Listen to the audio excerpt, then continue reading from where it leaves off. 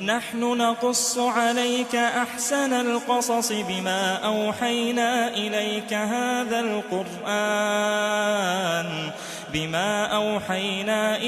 هذا القرآن وإن كنت من قبله لمن الغافلين. Aujourd'hui, Myriam, je vais te raconter l'histoire de Moussa. Moussa, mon cousin? Mais non, le prophète Moussa, Moussa alayhi salam, Kalimullah, celui à qui Allah a parlé directement. Moussa alayhi salam, qui est aussi appelé Moïse, est un descendant de Yaqub et d'Ibrahim, que la paix soit sur eux. Yaqub est aussi appelé Israël. Les descendants de Yaqub sont donc appelés Bani Israël, les fils d'Israël. Moussa alayhi salam est né en Égypte, et à cette époque, celui qui gouvernait l'Égypte, le roi d'Égypte, était Pharaon. Les mages, qui étaient des sorciers et les conseillers du pharaon, lui ont annoncé qu'un petit garçon allait naître et que cet enfant allait le mener à sa perte. Ils lui ont également dit que ce garçon allait faire partie du peuple d'Israël, donc qu'il allait être un descendant de Yaqub alayhi salam. À cette annonce, Pharaon, qui se croyait tout-puissant et qui demandait aux gens de l'adorer comme si c'était leur seigneur, prit peur. Il prit peur. Comment un homme qui se croyait si puissant, comment un homme qui se croyait si envahissant, pouvait-il avoir peur d'un petit enfant qui n'était même pas encore né? Il prit donc la décision de tuer tous les petits garçons qui allaient naître et qui faisaient partie du peuple d'Israël, les descendants de Yaqub alayhi salam. Alors, lorsque Moussa est né, sa mère eut peur pour son enfant. Elle eut peur que Pharaon vienne lui retirer son enfant et qu'il tue son nourrisson. Elle prit donc la décision de le cacher. Moussa resta caché durant 3 jours. Allah Azza wa Jal révéla à la mère de Moussa de construire un petit coffre et d'y mettre son nourrisson alors âgé de 3 jours. Ensuite, il lui ordonna de mettre ce coffre sur le fleuve du Nil et de le laisser s'en aller. La mère de Moïse alayhi salam n'était pas rassurée à l'idée de laisser son nourrisson, à peine âgé de 3 jours, seul sur un fleuve. Mais Allah lui dit: ne t'inquiète pas, fais-moi confiance, place ton entière confiance en moi et je sais ce qu'il y a de meilleur pour toi. وأوحينا إلى أم موسى أن أرضعيه فإذا خفت عليه فألقيه في اليم ولا تخافي ولا تحزني إنا رادوه إليك وجاعلوه من المرسلين. Et nous révélâmes à la mère de Moïse ceci: allaite-le, et quand tu craindras pour lui, jette-le dans le flot, et n'aie pas peur, et ne t'attriste pas, nous te le rendrons et ferons de lui un messager. Par la volonté d'Allah, le coffre est arrivé jusqu'au palais du pharaon, et ce sont ses servantes qui l'ont retrouvé. Elles ont alors récupéré le coffre et ont emmené le bébé chez Pharaon. Pharaon comprit tout de suite que l'enfant faisait partie des Israélites et qu'il fallait le tuer. Mais l'épouse du pharaon, qui s'appelait Essia, a refusé. Elle a refusé car elle voulut garder l'enfant pour l'éduquer et prendre soin de lui. Son mari n'était pas d'accord. Finalement, il accepta. Il accepta, mais il ne savait pas. Il ne savait pas que cet enfant était celui qui allait le mener à sa perte. Celui dont les mages lui parlaient. Celui pour qui il avait tué des milliers d'enfants. De l'autre côté du Nil, la mère de Moïse alayhi salam se sentait tellement mal. Elle se sentait vraiment mal d'avoir abandonné son fils à peine âgé de 3 jours seul sur le fleuve. Mais au fond d'elle, elle savait que c'était la volonté d'Allah et qu'il allait le lui rendre. Elle faillit révéler ce lourd secret à tout le monde tellement elle n'en pouvait plus. Mais elle se reprit rapidement et ordonna à sa fille aînée de suivre Moussa alayhi salam discrètement. La sœur de Moussa l'a alors suivi. Elle a suivi son chemin et elle s'est rendue compte que Moussa s'était arrêté devant le palais de Pharaon et elle a vu ses servantes le récupérer. Au palais de Pharaon, tous étaient à la recherche d'une nourrice pour Moussa. Mais Moussa n'accepta le sein d'aucune d'elles. Il ne voulait pas se nourrir. Ils ont donc pris la décision de faire l'annonce dans les marchés. Ils étaient à la recherche d'une nourrice que l'enfant voudrait bien accepter. Et lorsque la sœur aînée de Moussa a entendu la nouvelle, sans hésiter, elle dit: « Je connais une famille qui pourra prendre soin de lui, si vous me le permettez. » L'épouse du pharaon dit: « Amenez-nous celle qui pourra nourrir cet enfant et nous lui donnerons tout ce qu'elle voudra. » La fille, très excitée, est retournée chez sa mère et lui dit: « Oh mère, j'ai retrouvé Moussa, il est au palais du pharaon.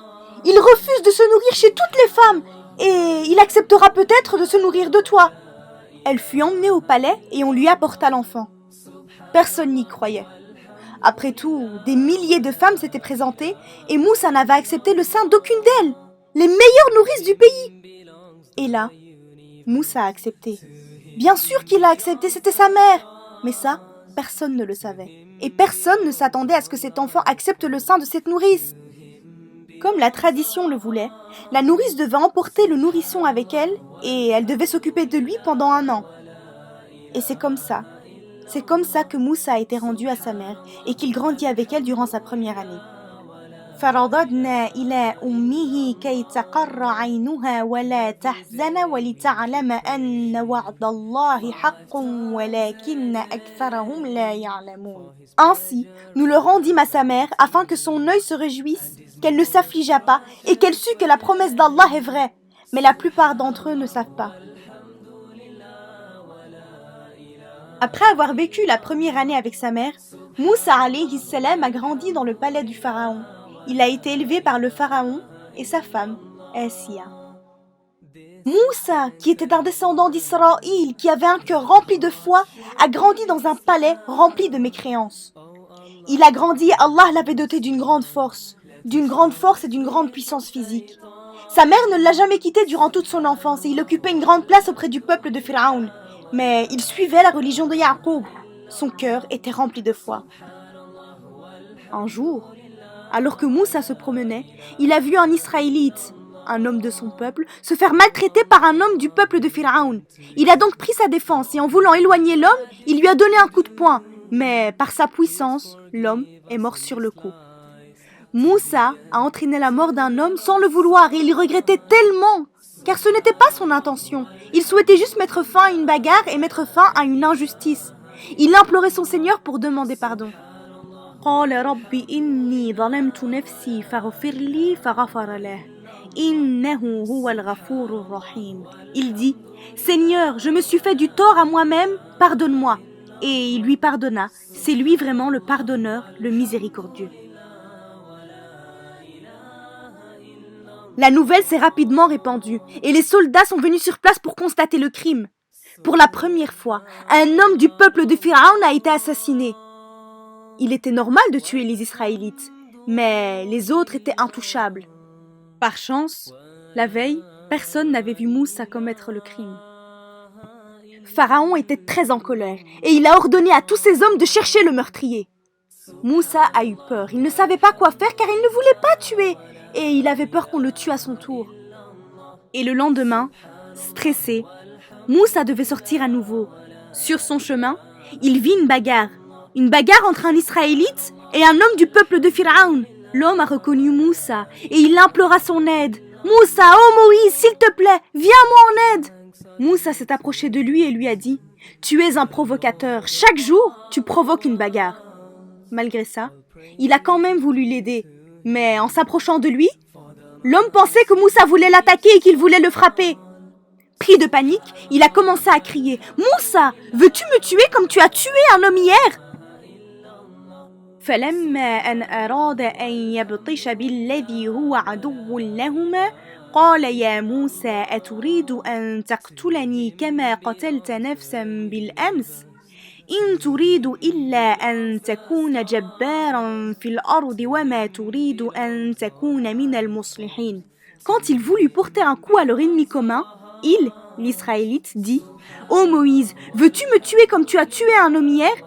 Tu ne veux être qu'un tyran sur terre et tu ne veux pas être parmi les bienfaiteurs. » Et là, la foule était sidérée. Tout le monde avait entendu. À présent, tout le monde savait. Tout le monde était au courant que le meurtrier était Moussa. Et il a été pris de panique. Il était pris de panique parce qu'il savait que ce qui l'attendait, c'était la mort. Un homme bon et pieux vint informer Moussa et il lui conseilla de quitter l'Égypte car il y risquait sa vie. وجاء رجل من أقصى المدينة يسعى قال يا موسى إن الملأ يأتمرون بك ليقتلوك فاخرج إني لك من الناصحين. Et c'est alors qu'un homme vint du bout de la ville en courant et dit « Ô Moïse, les notables sont en train de se concerter à ton sujet pour te tuer. Quitte la ville, c'est le conseil que je te donne. » Moussa a alors suivi le conseil de cet homme et il a pris la fuite aussi vite que possible. Il s'est dirigé vers Médiane en Syrie. Un long et périlleux voyage l'attendait. فخرج منها خائفا يترقب قال رب نجني من القوم الظالمين. Il sortit de là, craintif, regardant autour de lui, il dit « Seigneur, sauve-moi de ce peuple injuste ». J'ai hâte de connaître la suite. Et la suite, Maryam, dans la prochaine partie.